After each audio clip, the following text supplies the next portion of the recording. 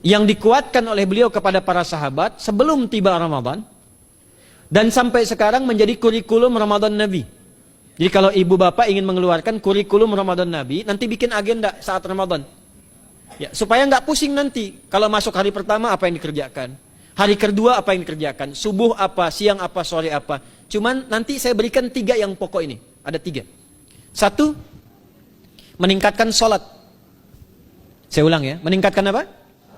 Sholat. Kalau meningkat secara singkatnya berarti bertambah dari yang sekedar fardu, tambah dengan apa? Sunnah. Maka dari sekarang keluarkan semua jenis sholat-sholat sunnah. Keluarkan dari sekarang apa saja, siang dan malamnya. Yang rawatib ada berapa rawatib? Rawatib 12. Ya, rawatib itu yang melekat dengan sholat fardu dan menentukan untuk memperbaiki sholat fardu. Menambah. Jadi kalau kurang khusyuk ditambah dengan sunnahnya disebut rawatib. Bisa sebelum, bisa setelah sholat fardu. Ada 12 dari hadis Nabi sallallahu alaihi wasallam. Man shalla isnatai asyrata raka'atan, siapa yang salat 12 rakaat fi yaumin wa lailatin, yang mengiringi salat fardu siang dan malam. Ya, bunyalahu bihinna baitun fil jannah, maka akan dibangunkan baginya satu rumah di surga kalau konsisten menunaikan 12 itu sampai meninggal dunia. Sahabat yang mendengar itu mengatakan kompak semuanya, sejak mendengar hadis itu kami usahakan istiqomah sampai meninggal tidak meninggalkannya. 12 itu 2 sebelum subuh, cepat. 4 sebelum zuhur, 2 setelah zuhur, 2 setelah maghrib, 2 setelah isya. 2 rakaat sebelum subuh, 4 rakaat sebelum zuhur. Kalau nggak bisa 4 rakaat, karena terbatas waktunya, boleh 2 rakaat, khusus untuk sebelum zuhur. Kalau nggak bisa 4, boleh berapa? 2. Dalilnya hadis Ibnu Umar radhiyallahu taala anhuma. Kata beliau, hafidtu asyra rakaatin, saya hafal 10 rakaat dari Nabi sallallahu alaihi wasallam salat sunnah. Maka menyebutkan sebelum zuhur 2 rakaat. Baik, jadi 12 ya. 2 sebelum subuh, 4 sebelum zuhur, 2 setelah zuhur, 2 setelah maghrib, 2 setelah isya. Ini yang disebut dengan rawatib. Jamak dari kata ratib. Di luar ini mutlak. Mutlak ini ada yang berdampingan dengan salat fardu, ada yang terpisah. Contoh yang berdampingan, 4 rakaat sebelum asar.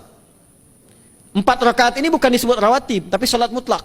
Cuma waktunya berdampingan dengan salat fardu. Jadi dia nggak memengaruhi salat fardu, cuma punya keutamaan sendiri. Apa keutamaannya? Hadis Ibnu Umar radhiyallahu taala anhuma, ketika beliau menyampaikan qala Nabi sallallahu alaihi wasallam, rahimallahu ra'an shalla qabla al-asri arba'an. Allah akan menambahkan rahmat pada orang yang terbiasa salat 4 rakaat sunnah sebelum salat asar. Jelas ya? Baik. Kemudian apalagi setelah itu? Salat di antara 2 adzan dan 2 adzan ini, adzan dan iqamah. Ya, di antara adzan dan iqamah. Tahiyatul masjid. Apalagi misalnya salat duha. Duha dibagi 3.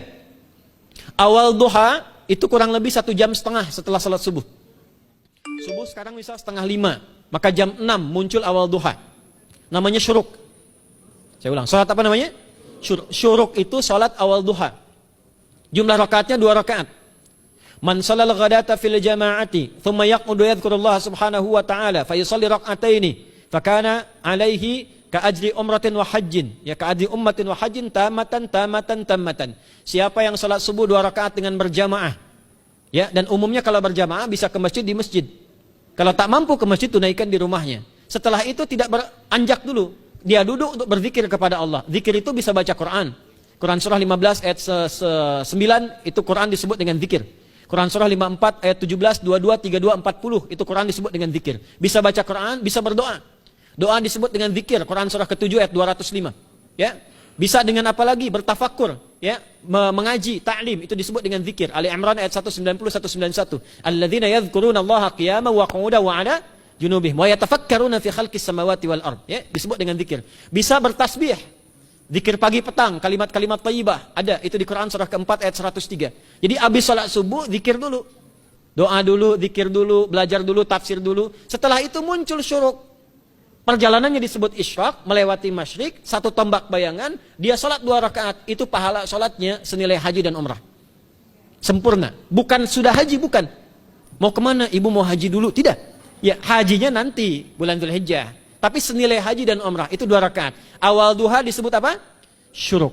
Pertengahan duha sekitar jam 9 jam 10. Jumlahnya 2 sampai 4 rakaat. Ya, 2 sampai 4 rakaat. Apa fungsinya? 1, mengganti seluruh zikir yang ada dalam tubuh kita. Mata berzikir, telinga berzikir, lisan berzikir, bisa diganti dengan 2 rakaat duha. Itu waktunya pertengahan duha. Kurang lebih dari jam 8, 9, 10 lah, kurang lebih 3 jam itu. Ya. Yang kedua, bisa menghambat atau menghentikan, menahan satu musibah umum. Misal ada kebanjiran nih, atau macet nih. Orang-orang kena macet. Bapak yang biasa sholat duha pertengahan itu tiba-tiba ditolong oleh Allah, dibebaskan. Tiba-tiba ada orang datang, Pak lewat sini di sana macet. Atau dibimbing ada kontraflow. Itu manfaatnya duha tuh. Yang pertengahan. Yang terakhir adalah akhir duha. Sekitar jam 10 sampai jam 11 menjelang ke zuhur. Ya, akhir duha itu jumlahnya dari 2 bisa 4 sampai 8 rakaat. Di antara manfaatnya bisa mempermudah datangnya rizki dengan izin Allah Subhanahu wa taala ketika ikhtiar. Itu duha. Nanti ke malamnya silahkan tahajud, tingkatkan tarawihnya sampai ditutup dengan witir. Itu salat. 2 yang terakhir saya cepat, 2 yang terakhir adalah banyak berinteraksi dengan Al-Qur'an. Ada 3 caranya. 1, banyak membaca. Itu namanya qiraah. Silahkan Bapak Ibu siapkan dari sekarang, targetnya khatam misalnya 1 kali, berapa juz? 30 juz. Kalau mau gampang bagi 30, berarti 1 hari berapa? 1 juz. Paling gampang lagi, supaya nggak capek ngajinya, supaya nggak capek, bagi 1 juz 5 waktu sholat. Contoh, juz pertama itu Al-Baqarah plus Al-Fatihah. Al-Fatihah saya nggak hitung lah karena sudah hafal ya. Al-Baqarah itu 141 ayat, juz pertama. Bagi 5, 28. Jadi setiap ketemu waktu sholat, bagi 2 lagi. 28 bagi 2 berapa? 14. Sebelum sholat baca 14 ayat, setelah sholat baca 14 ayat. Itu 14 ayat itu paling-paling nggak nyampe 5 menit Bu Pak. Kalau investasi 10 menit setiap waktu sholat, bagi 2 kita baca 14 ayat, itu insya Allah selesai Ramadan khatam Quran. Itu udah rumus. Ya, tidak cukup dengan amin, siapkan dari sekarang. Siapkan. Ya. Kemudian mengkaji, kajian, tilawah. Itu tilawah itu di hadis Muslim pahalanya banyak. Ya, majtama'a qaumun fi baitin min buyutillahi. Ya, kita ngajinya Quran hadis ya, biar apa lebih kuat dalilnya.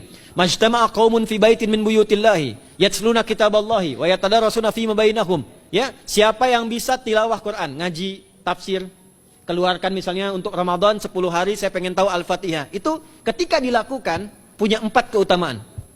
1, ghasyiyatuhum rahmah. Selama ngaji, rahmat Allah dibentangkan. Kalau pengen doa cepat dikabulkan, kalau istighfar diampuni. Yang kedua, awas, ini nazalat alaihimus sakinah, diberikan ketenangan dalam jiwa. Bapak Ibu pengen di rumah tangga nyari sakinah, isi dengan Quran di rumah. Amalan terakhir infak. Ya, hadisnya dari Ibnu Abbas, an Ibnu Abbas radhiyallahu taala anhuma, qala, ya, beliau mengatakan kana Nabi sallallahu alaihi wasallam ajwadan nas wa ajwadu ma yakunu fi Ramadan. Adalah Nabi sallallahu alaihi wasallam itu orang yang sangat luar biasa dermawan dan lembut. Dan bertambah dermawan lagi ketika tiba Ramadan. Apa yang dilakukan Nabi? Mensupport sahabat, siapapun yang punya anggaran untuk infak, disiapkan sebelum Ramadan. Jangan berpikir banyak Bu. Yang penting ada anggaran, 30.000 nggak ada masalah. Setiap hari 1.000, tidak harus uang, makanan. Pernah dengar hadis ini nggak? Siapa yang memfasilitasi bukaan orang puasa, walaupun dengan sebiji kurma dan sehirup air, maka dia mendapatkan pahala seperti orang puasa itu tanpa dikurangi sedikit pun. Ada? Hadisnya sahih di At-Tirmidzi. Tapi bukan berarti nyanyi kurma ke Tanah Abang setiap hari 1. Terus minumnya 1 sedotan aja ganti-ganti. Ya, maksudnya apa? Yang paling minimal kita bisa keluarkan. Itu pahalanya 700 kali lipat dikali 10. Paling standar. 700 kali itu standar biasa di hari ini. Dalilnya Al-Baqarah ayat 261 yang dibacakan Adinda tadi kita itu. Ramadan kali 10 lagi. Maka dari itu disiapkan dari sekarang untuk infak.